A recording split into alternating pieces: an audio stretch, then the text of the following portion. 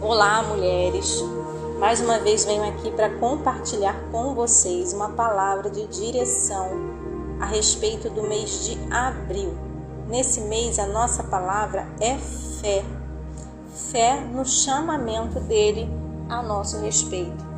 Eu acredito que esse áudio seja para aquelas mulheres que, mesmo se sentindo incapazes e improváveis, mesmo talvez não vendo em si condições e capacidades, aceitaram o sim, aceitaram o ide do Senhor, mas estão começando a sentir na pele a oposição e a perseguição.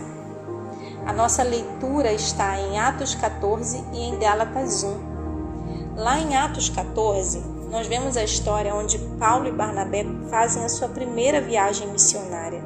E ali coisas grandiosas Deus opera através da vida dele. E nessa viagem, os moradores daquela cidade começam a adorar a Paulo e Barnabé como se eles fossem deuses. E no momento em que eles não aceitam essa adoração, Paulo é apedrejado até quase a morte. Paulo e Barnabé venceram a primeira onda de perseguição. Às vezes a estratégia do nosso inimigo é desmoralizar a reputação dos servos de Deus com o objetivo encoberto de roubar o crédito da mensagem do Evangelho. Porque comprometendo a imagem daquele que prega, lidera ou serve, o inimigo deseja, na verdade, comprometer a pregação, a liderança e o serviço.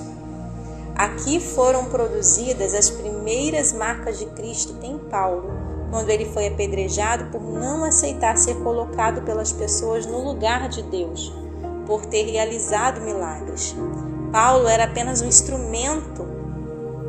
Nós também somos apenas um instrumento da graça de Deus. Mas por vezes tentarão nos colocar sobre pedestais de elogios e honrarias. A Bíblia diz que como o crisol prova a prata, o forno prova o ouro, o Senhor prova o coração do homem. E mais do que lutas, os elogios revelam as nossas motivações.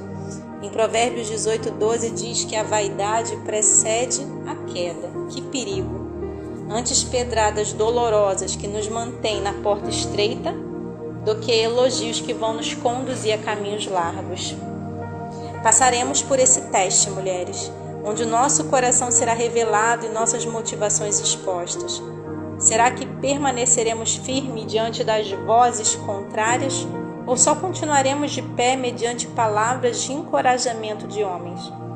Quando todos os aplausos se calarem, será que ficaremos firmes no propósito, seguindo a voz daquele que nos chamou? A opinião das pessoas ao nosso respeito é instável, muda de acordo com o que oferecemos a elas. A mesma multidão que chamou Paulo de Zeus o apedrejou. A mesma multidão que comeu pão e peixe, recebeu curas e gritou Hosana ao Rei dos Reis, foi aquela que bradou crucifica-o a respeito de Jesus. A convicção do nosso chamado não pode estar firmada em aprovação de pessoas. Pessoas são voláteis e instáveis. Para vivermos o chamado de Deus, precisaremos ter fé de que foi Ele que nos chamou. Fé no seu chamamento a nós. Quando Moisés ouviu a voz, o convocando de dentro de uma sarça em chamas, ninguém estava lá. E quantos foram aqueles que se levantaram contra a sua liderança no deserto? Mas por meio de sinais e prodígios, Deus confirmava que o havia escolhido. No versículo 3 de Atos 14, diz que o Senhor também confirmava a pregação de Paulo e Barnabé através de sinais e prodígios, que eram concedidos pelas mãos dele. A pastora Moana Débora tem uma frase que diz que contra frutos não há argumento. Precisamos fixar os olhos no Senhor e termos fé daquilo que Ele nos disse, quando Ele mesmo nos chamou. Afinal, ninguém estava lá. Somente você e Ele sabem o que foi dito ao seu respeito. No início da jornada, Deus, no seu infinito amor, coloca pessoas ao nosso redor como cercas protetoras. Somos como pequenos brotos e essas pessoas acreditam em nós e nos protegem contra os pisões e vendavais de dúvidas e acusações. Mas em determinado momento, quando já estamos aptas a frutificar, essa cerca é retirada Pessoas que considerávamos essenciais no início do nosso processo são removidas. E por vezes não entendemos e até nos sentimos sozinhos. Mas dando frutos é impossível que alguém nos esmague com a força dos pés. Ao contrário, as nossas estruturas já estão mais firmes e as nossas raízes mais profundas para suportarmos as tempestades. Afinal, contra frutos não há argumentos. Se o nosso fruto for bom, nossa árvore é boa, e não seremos cortadas e lançadas no fogo, antes podadas para darmos mais frutos. Talvez essa perseguição, as pessoas que estão distorcendo as suas palavras e intenções, esses levantes até daqueles que você um dia ajudou, sejam podas necessárias para você voltar ainda mais forte e frutificar mais. Talvez seja o seu despir. Assim como Jesus se despiu de glória e habitou entre nós, talvez Ele esteja permitindo o nosso despir para ficarmos mais parecidas com Ele. Não se preocupe. Quando a noite passar, ao virar do dia e o sol da justiça nascer sobre sua vida, será a sua vara que florescerá. E não serão somente flores, mas frutos maduros. No versículo 10 de Gálatas 11, Paulo pergunta: porventura procuro eu agora o louvor de homens ou a aprovação de Deus?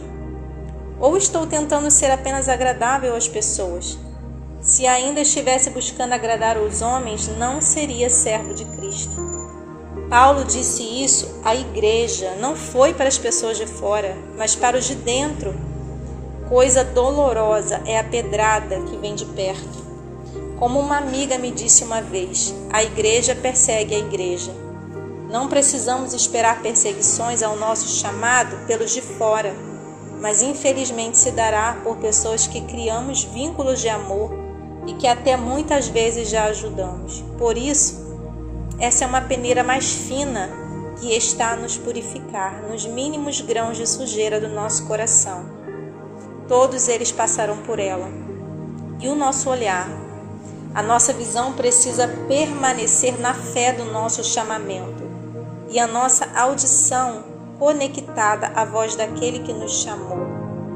Em Hebreus 12 diz o seguinte: olhando fixamente para o autor e consumador da nossa fé, Jesus, e diz que ele suportou a cruz por causa do júbilo que lhe fora proposto.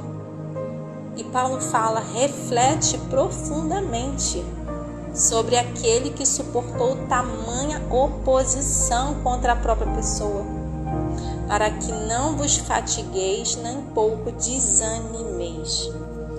Mas eu e você não temos forças humanas para isso, forças para suportar esse processo, que não há na nossa carne estrutura para isso, nem convicções baseadas em recursos emocionais humanos, nem em palavras de incentivo de outras pessoas. Em Efésios 6:1 diz que fortalecei-vos no Senhor e na força do seu poder. Talvez o nosso erro esteja sendo buscar em pessoas a força que só Deus pode dar. Abra mão dos recursos humanos e vá na fonte buscar capacidade de resistir. Você sente que Deus derrubou a cerca ao seu redor? Se sente exposta, insegura e vulnerável? Talvez seja o tempo de você conhecer a Deus como seu muro protetor, sua rocha inabalável e aquele que te justifica. Vamos orar.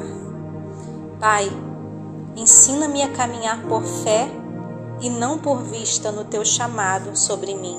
Ensina-me a amar aqueles que me odeiam e me perseguem. Ajuda-me a não guardar no meu coração sentimentos danosos que vão me afastar de ti.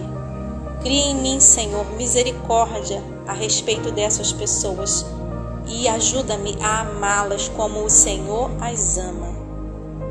Me dá forças, Pai. Me dá as tuas forças para viver esse processo e que no final dele eu possa sair aprovada e mais parecida contigo. Em nome de Jesus. Amém.